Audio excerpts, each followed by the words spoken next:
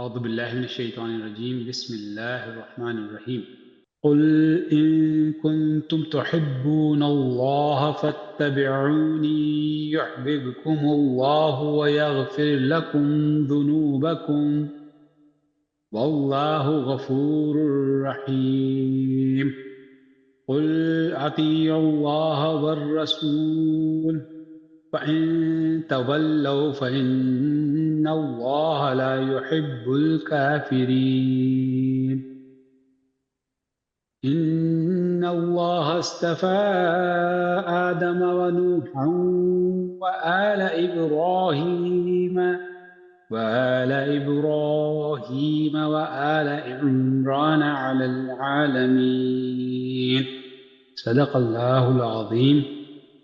ترجمہ: اے نبی، لوگوں سے کہہ دیجئے کہ اگر تم حقیقت میں اللہ سے محبت رکھتے ہو تو میری پیروی اختیار کرو۔ اللہ تم سے محبت کرے گا اور تمہاری خطاؤں سے درگزر فرمائے گا۔ وہ بڑا معاف کرنے والا اور رحیم ہے۔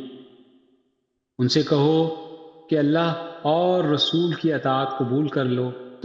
اگر وہ تمہاری دعوت قبول نہ کریں تو یقیناً یہ ممکن نہیں ہے کہ اللہ ایسے لوگوں سے محبت کرے جو اس کی اور اس کے رسول کی اطاعت سے انکار کرتے ہیں۔